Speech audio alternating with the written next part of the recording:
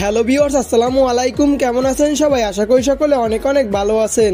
তো এখন আমি আপনাদের আর্জেন্টিনা বনাম ইকুয়েডরের ম্যাচটি শর্ট করে হাইলাইটস জানিয়ে দিব, যেখানে এ দল চ্যাম্পিয়ন আর্জেন্টিনার কাছে পাত্তা পায়নি বি দলে একদম তলানিতে থাকা দল ইকুয়েডর। তো ভিডিওর মূল টপিকে যাওয়ার আগে আপনি যদি আমার এই চ্যানেলে একজন নতুন দর্শক হয়ে থাকেন এবং এরকম প্রতিনিয়ত ভিডিওগুলো পেতে চান, অবশ্যই এই চ্যানেলটিকে সাবস্ক্রাইব করে পাশে থাকা বেল আইকনটি বাজিয়ে দিবেন, তাহলে পেয়ে যাবেন আমার এরকম নিত্য নতুন ভিডিওগুলোর নোটিফিকেশন।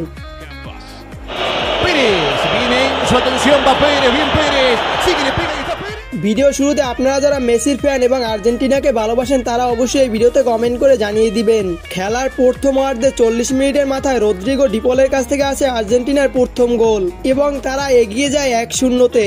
তারপর খেলার দ্বিতীয় অর্ধে 84 মিনিটের মাথায় লাউতারো মার্টিনেসের কাছ থেকে আসে আর্জেন্টিনার দ্বিতীয় গোল, যে গোলটির পিছনে সব থেকে বড় অবদান ছিল আর্জেন্টিনার সেরা প্লেয়ার লিওনেল মেসির। তারপর লাউতারো মার্টিনেসের গোল থেকে আর্জেন্টিনা এগিয়ে যায় 2-0-তে। তারপর ম্যাচের একদম শেষ পর্যায়ে পেনাল্টি বক্সের বাইরে থেকে লিওনেল মেসি ফ্রি কিকে আসে এক গোল। তারপর আর্জেন্টিনা দল এগিয়ে যায় 3-0-তে এবং আর্জেন্টিনা ইকুয়েডরের বিপক্ষে 3-0 গোলে উইন হয়েছে।